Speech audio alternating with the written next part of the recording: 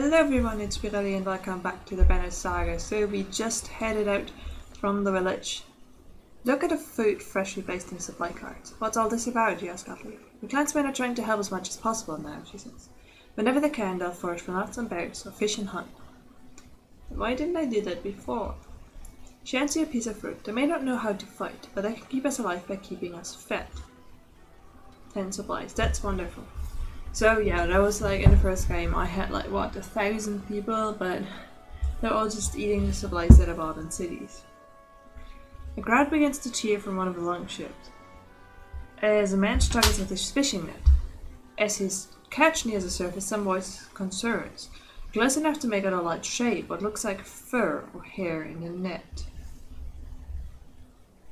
I'll fire an arrow into the mouse. Bear finds his mark just before the net breaks the water. Those round your blood, you quick thinking. Whatever ends in net won't have much of fight left in it, says the man beside you. Bear cut, shouts the man with the net. Long dead. What's it mean? Superstition blows across the ships like a gale. Tug of plagues and famine make eyes go wide. You notice Bulwark at the bow of his ship, staring at the cut and protruding more than usual. More declined, but we're still all super duper happy, so I'm fine with that.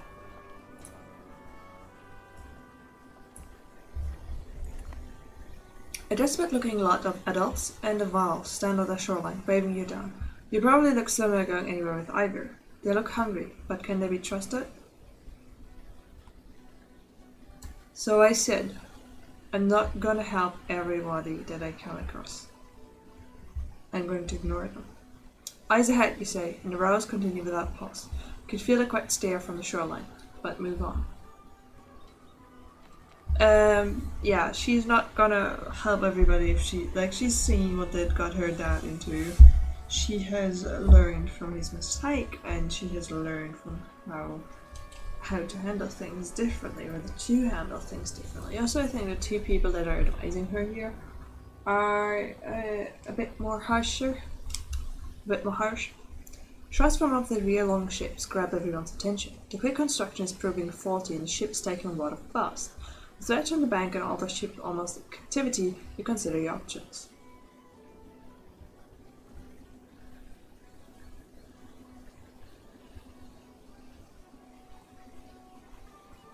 I will bank the longships for repairs.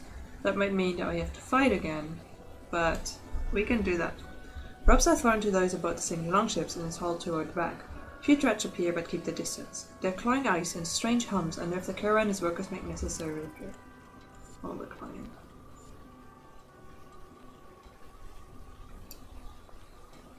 Oh, nobody died.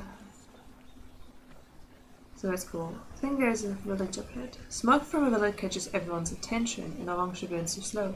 That these scraps of wood we're floating on can hold many more, Iva says. You feel the governor's gaze on you and he slowly shakes his head. Ignore the village and head down. This is like 3 of the options, but we'll help them, we'll help them, we'll help them. Even though you just had 2 people tell you, don't. Like, this game is really trying to make you the same. Does ship follow your lead while nearly everyone averts the ice from the smoking village? Roga looks impressed. Well, I aim to please. Also, this will be a much quicker journey. I assume if you don't stop and run. Clans went foraged, so we have more supplies, that's nice. A large clump of hazelnut trees looks like a good place for clansmen to stretch their legs and gather supplies. Once on land, the children laugh while kicking around leather-wrapped balls of wrecks. You notice a Val on the edge of the clearing silently staring into the woods. He's watching a lone trudge, stalk a squirrel. Might be 100 of them in these woods. The Val's whisper is still loud enough to scare the squirrel and alert the grunt. Looks at you and the Val before slowly backing up.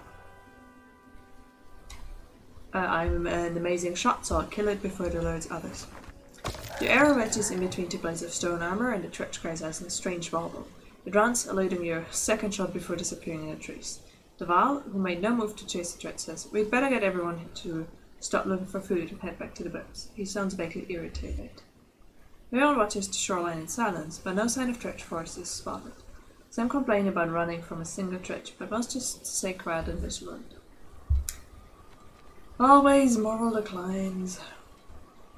If it gets any worse, I might have to rest. Vacant island. Azalai's godstone almost looks lonely. Well, I might be able to rest here now. Some more walking. There's Gunnel! Oh man, I'm so glad he went shopping. She's even more beautiful than the songs say.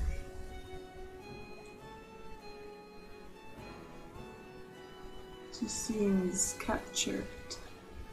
Like not really like a goddess. That's why.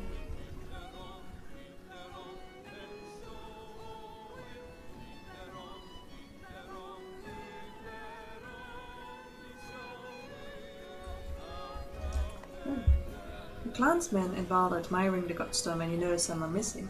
Spalvik and his ravens, Ellipsis. They look rather upset by my music all the same, he shrugs. They'd rather hang around that large card instead of joining us, I won't take it personally. But come closer, let me introduce you to Asley, the god of streaming waters. She sees the curves of every river, and a guide for those of us travelling unfamiliar lands. The scout runs a finger of a small etching in the stone. Inscriptions from all those who are lost, but found a way back home with their help. Let's search around the stone for anything of value. Spend a fair amount of time looking at the baubles left by others visitors, but nothing strikes you as valuable. So you return to the pitch camp, Alia pulls you aside. We all have our strength, and mine is in stories that may very well benefit us all in these troubled times. Yet at least worth a listen. He doesn't sound upset, it's a simple request. Yes, but valuables are also like... A number of clansmen fighters is shown here. If your caravan is assaulted en masse in a war situation, fighters that protect the clansmen, while the heroes go into tactical battle. It's important to keep enough trained fighters available. Keep in mind that fighters consume more supplies than clansmen and are less effective at burn. Speak to Sven in the training tent to start training some of your clansmen into battle-ready fighters. Well, come on, let's have a look at you, Sven in the trainer says. Sven looks past you at some boys and girls eager to run.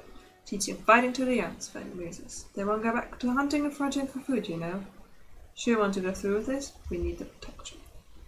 Sven plays out all his air through the flapping lips. Then let's get it done. How many you want fighting for you? 50 should be enough to give us an edge. Aye, Sven says, and leave most of the others with their families, where they belong. Starts calling a few forward and turns to you. Got food for the day of training. Got food for the day of training? Sure, start training. Consider it done. Okay, so I pay supplies and get fighters out of my clansmen. I have about 3 times many clansmen as I have fighters, so 1 fighter has to take care of 3 clansmen, that should be fine. The two of all look deep in conversation, but Ivor catches your eye and waves you over. So, they've all armed themselves and are running from something, but what? Hagen's becoming a threat scholar, trying to understand the motivations of our enemy. Just strange that we've never seen their women fight until recently. Good thing too, we might have lost the Great Wars. Think about what to say. Gina says there's a darkness coming. But what Valka say and mean aren't always the same. They speak in riddles and prophecies. Still, it might explain why the threats are everywhere, like someone kicked an out. Maybe whatever's coming hit them first. Or maybe it's just a new tactic for a new war. If they've learned to crack the ground and call a giant serpent, they're all dead and just don't know it yet. What happened back then? A great deal of killing on both sides. Imagine waking up to dredge attacks every night. Back then, the sun actually said. You'd wake up to a sound and see nothing but glowing eyes around you. Ingvar probably told you we never got close to pushing them back to the depths of their home. Actually, Ivor has never said much about the past. Oh. Ivor says nothing, just holds Hagen's tail. Well, he's probably got more stories than you could hear in your short lifetime. Has anyone ever talked to Dredge? Both will look at each other. There are rumors that some have tried and been killed in the process. A lot of nonsense. Scout tells about the sound of Dredge voice making your skin fall off. So there's been no communication with the enemy. Is that normal? We were too busy killing to worry about fireside chat. Besides, they only ever make warbling sounds. I guess if anyone has talked to them, it'd be Valka, but good luck getting them to give you a straight answer. I'll leave you to do it. You should know the clansmen have been talking about us killing women and children, church or not. It's not sitting well with everyone, which is probably the way it should be. I see if it's us or them, we make sure we still stand. Hagen's weighs words on you. Hagen's words weigh on you. There's nothing more to say. They're killing our women in Jolshan. Well, come in, let's have a look at you. Just want to swing at each other, Sven asks, or are you here to actually learn something that could save your life? What can you show me? Plenty, Sven says, walking into the ledge den. Try to keep up. So you're now enough to not trip over your own weapon, but that's highly impressive, Sven says. Show me you can foot the needle with that bow. Think about what he's saying. So that's her special power, which means that she can hit multiple people that are standing in a line, and it's called foot the needle. That seems a bit unbalanced. Damage 2 enemies at one. Okay, that's not. Just come here.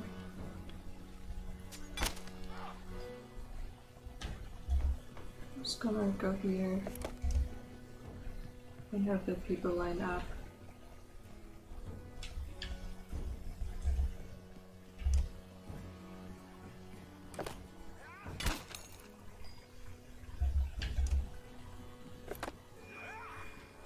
Like they're just standing there not attacking me because I don't need to actually kill everybody, I just need to do this step. Abilities, foot the needle. And there we go.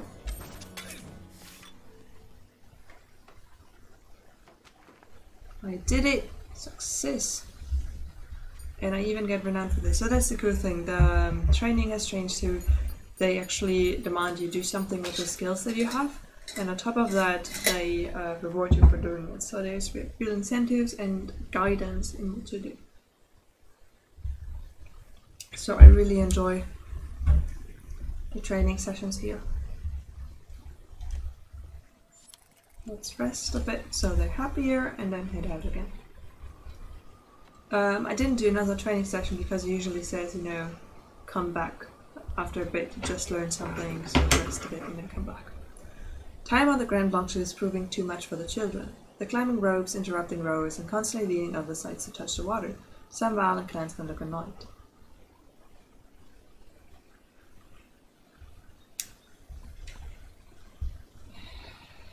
Keep your kids by your side. We are at war until ever. Some others give you irritated glances while a few valves smile in your direction. Regardless, there is no denying the children are safer by their parents' side. Okay, that didn't have any effect. Like some people were happy with it and some were not, so my moral stays the same. Which is fine by me. I mean, you do it. I'm not seeing it move anymore.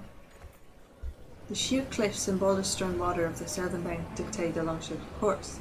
The churning sounds of the trench send at quicker pace as they follow your ship along the northern bank. Dust and mist make it hard to see ahead. A hissing, rumbling noise growls at you. Waterfall shows the sharp-eyed niche from the bow of your ship. Oars instantly reverse and you nearly lose your balance. Okay, that might explain why the screen wasn't scrolling further because I wasn't supposed to see that yet. Holy fucking shit, you're not so out that, guys. Can you still land? There it is, like right in the middle.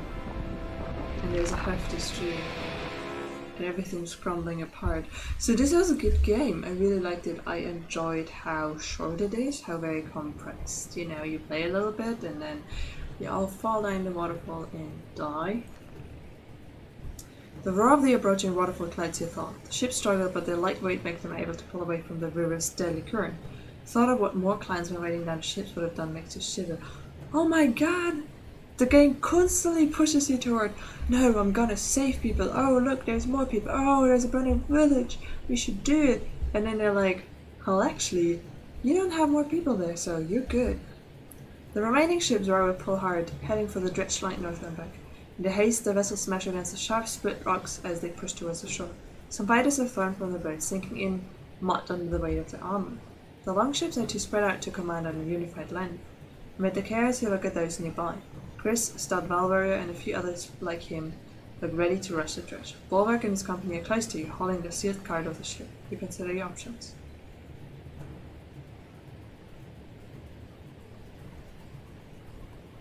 Follow me, we'll push them back. I'm your leader. Everyone along she jumps out as one. Rocks from the slingers collect our shields, and soon you're engaged in a chaotic battle. Okay. You can break shield, and she can...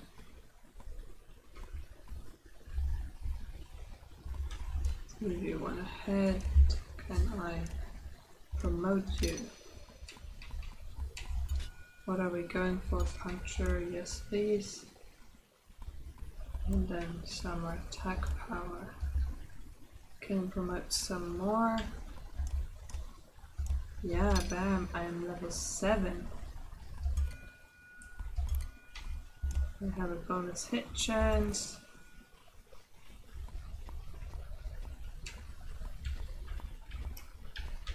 Excuse me, I want to see the other ability.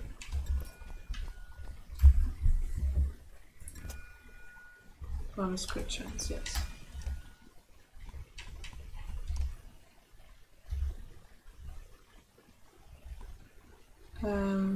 Oh, that's the aggro,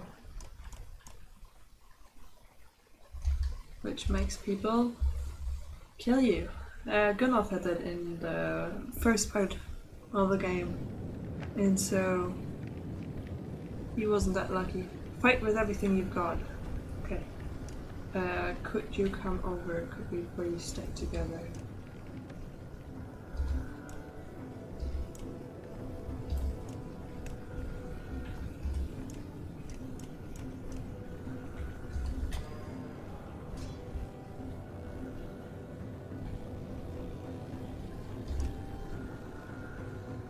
Units build post modified by Kara and Moral. Yes, I see that.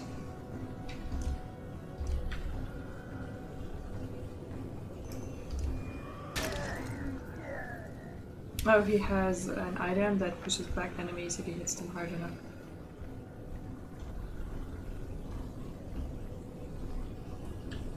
Does she not?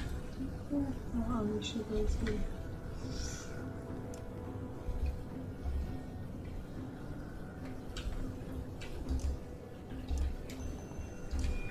She needs to get more willpower. She flanks something Scott from the... Oh! What the hell is that?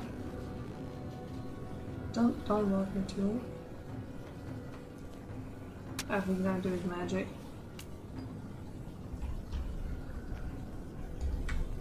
Why hello there, I can hit you for 12. 14, you only useless. What is that thing? Look at it crawl.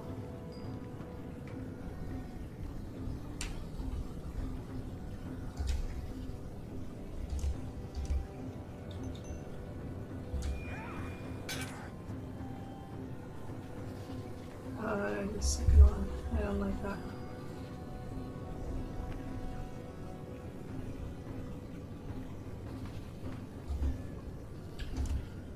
One of those skulkers. Okay, those are called skulkers. I didn't get that before.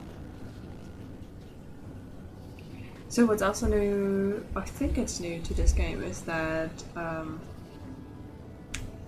basically there can be more enemies than 6. Not immediately, but they'll rejoin the game board at the game area once somebody dies. The big one's their leader. I bet that'll run if he falls. What do they all have about her though?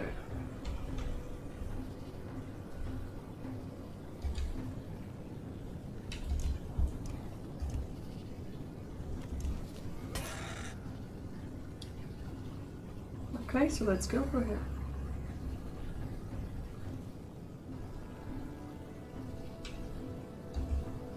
She can't do much anymore, but she will get some armor of this dude.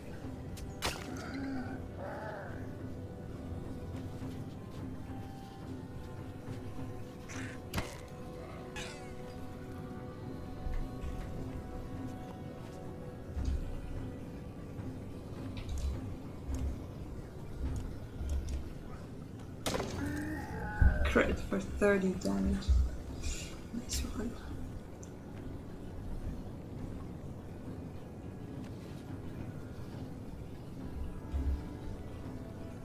want to go here because I want to try to use like lightning hand so I can already damage him past his armor.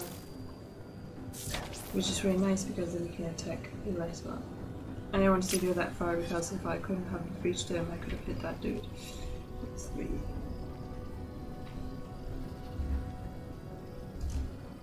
I need to kill you because we're trying to summon something.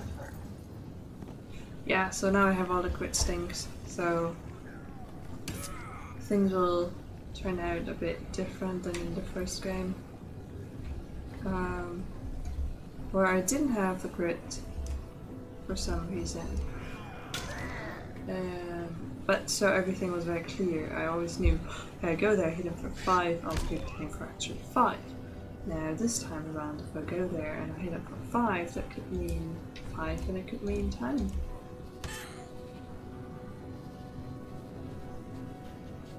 Come on, you can't do anything. Don't waste my time.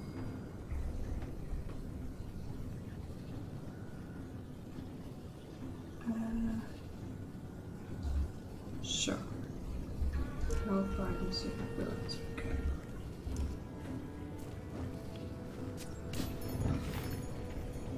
That hurt him for 2. Here's something.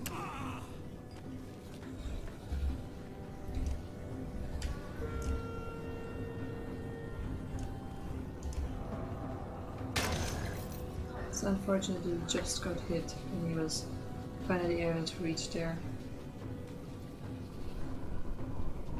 That Skalka just disappeared. We saw that. That is mind-boggling. Give me this.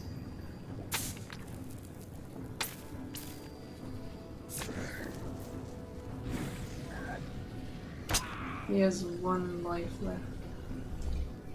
I can do that, can I? 70% chance, come on. Nice. Lucky shot. Feels like dead. Hiken works his way through frantic lands on his way to you. He made some tough calls on that river, but those ships had been loaded down with more people, no telling how many we'd have lost. Thanks, too bad the landing was so rough. Hiken squints into the distance. The next attack is coming this time. They'll come in force.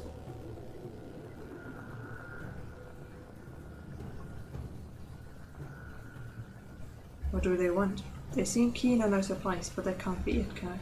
I don't know, maybe the first time I saw treasure it wanted a deer shot. Juno and Evan appear.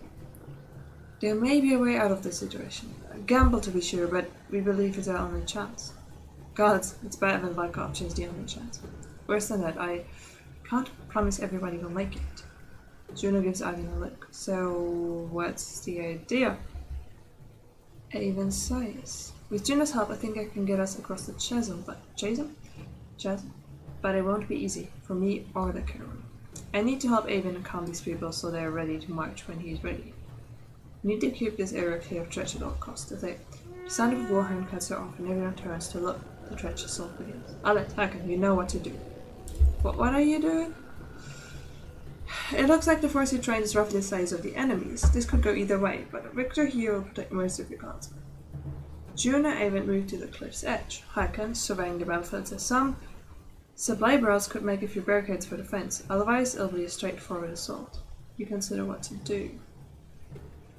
I haven't figured out barricades yet, and I'd rather have a training on barricades first, so let's not sacrifice supplies for that.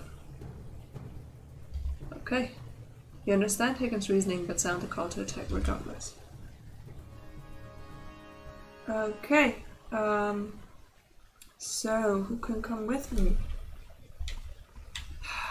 Like the whole first game, it was like I had barely more people to choose from. Now it's like overrun.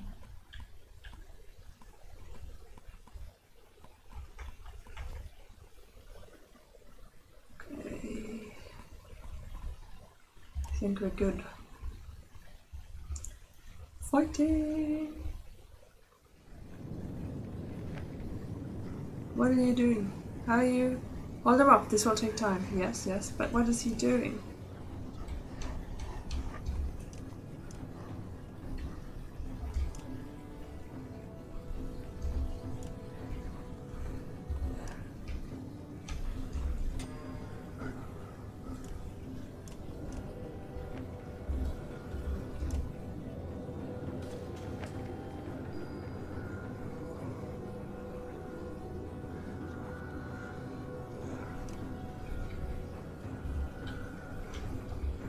What is he doing there? Good night. That would cost him his armor. It's not that many, so I guess some will respawn.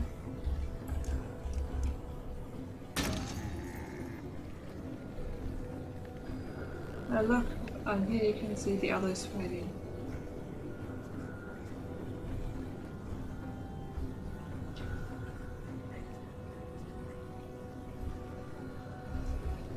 Okay.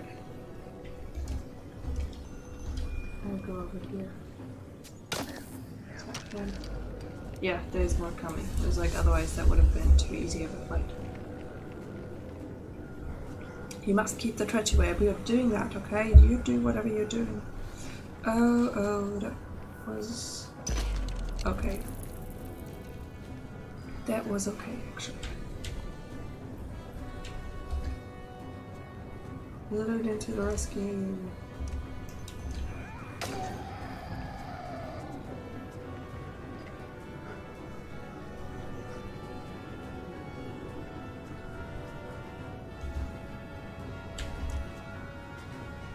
What is happening? Is he lifting up pieces of the land? Concentrate, Evan. You're doing it. Leave an earthbender. And there. Knock back.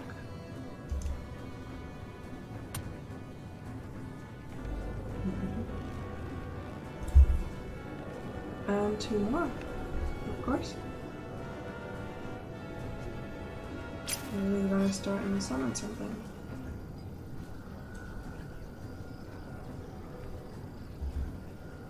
We're gonna hop over here.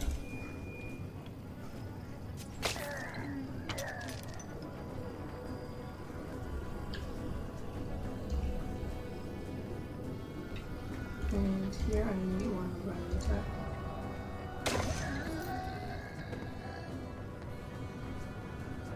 I know I don't usually want to kill them, but I needed to kill him.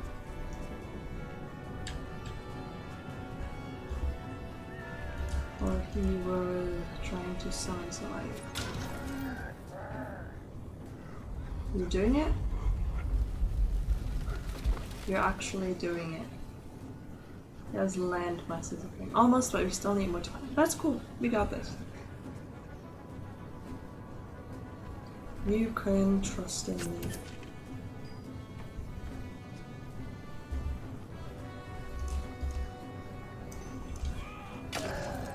And critical. Man.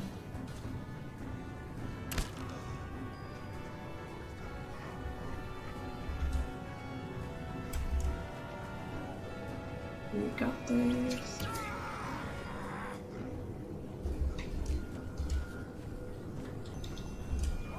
Take out this one.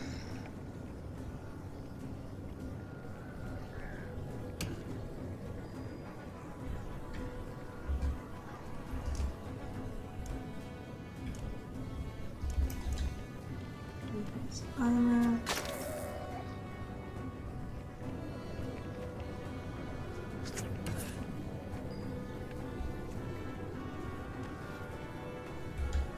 Well, that calls for a round attack, doesn't it? There we go. It's like, should I attack left? Should I attack right? It's like, why not both? And another piece of land. I'm not gonna work on that, okay? Look at that. That is not safe. That should work if you can clear away the tragedy at King Brock. Okay, so now I have to kill everyone.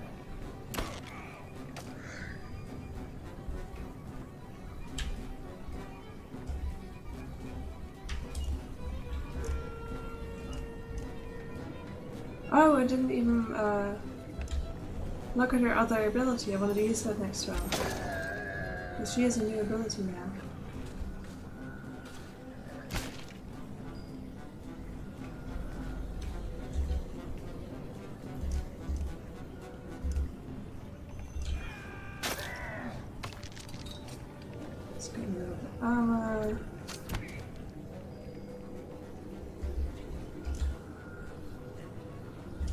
sure that's okay.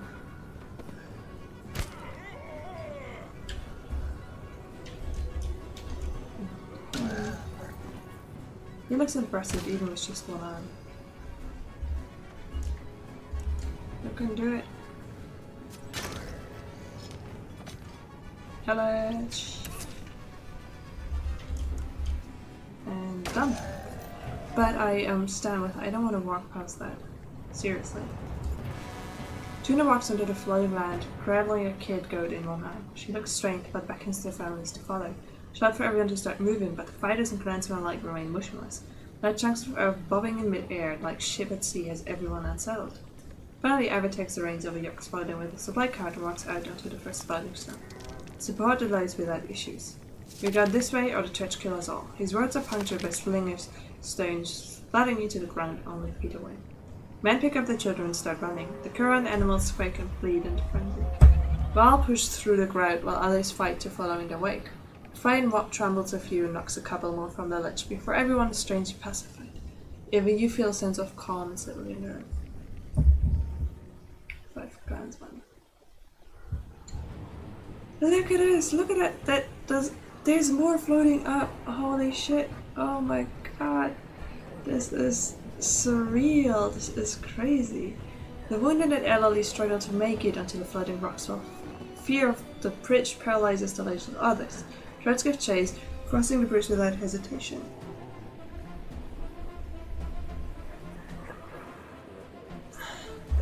Shout at Edwin to drop the back of the bridge. It's not easy to mouth the words, but these are just too many tricks.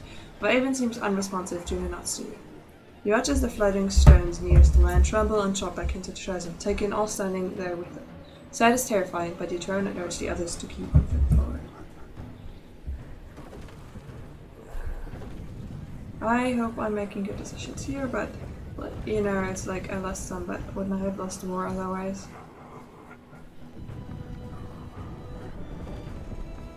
Like, it's a tough call, but what this game has shown me so far is that, oh, you didn't save everybody you could have? Well, that's good, because otherwise more people than you could have saved would have died, is what they told me.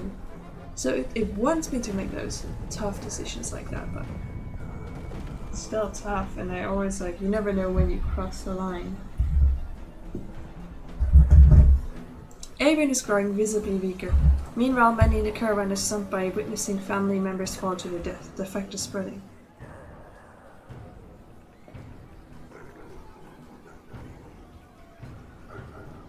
Everyone look forward. Move. While those immediately around you hasten their steps, others don't hear you at all and fall away as Adrian's grasp. Not Wells, no. How long is this journey gonna be? Come on, guys.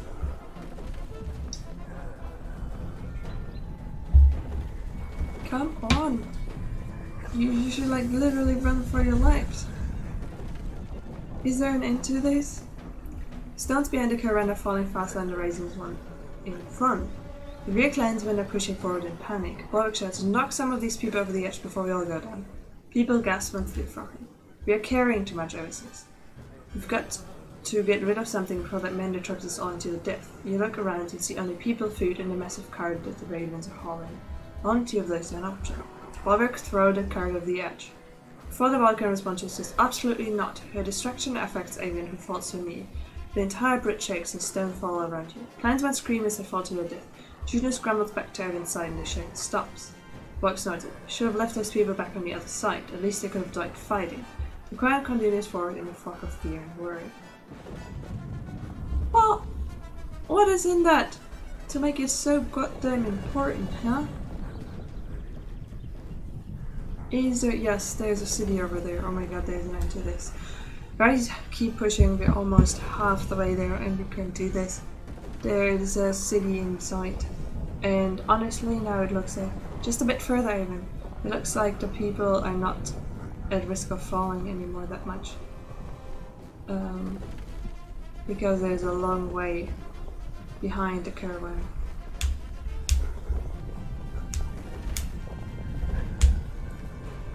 Aaron's scream chills you as it echoes off a cliff, a mere 100 yards away. Again the bridge shakes, but stay together. When Juno looks at you, her lips are trembling. This is killing him, she says. I won't let that happen. Her tone is dark and cold. This was your plan, and we've done what we can, Juno says. But Ivan is the key to many things. Choose between the rest of your food or the people of the room. All of your objections vanish. You turn to see Ruga, Alice from Burskard, at the back of the caravan. Well, that's like the slimy mayor, right? Not silently approving, trapping the view of the caravan. The Vikings return to Ivan's side and soon scream erupts from behind him.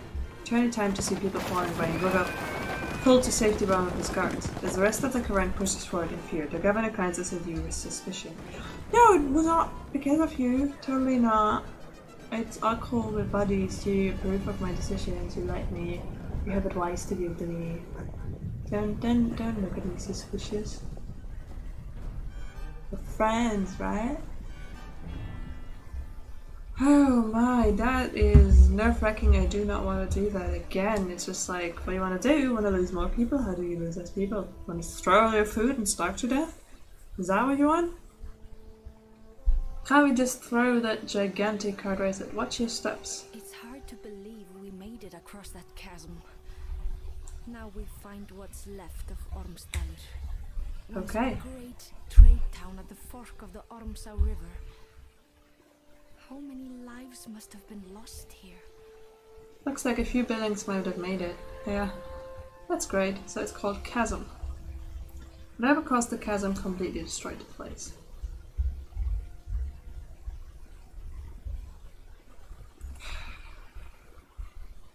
Okay.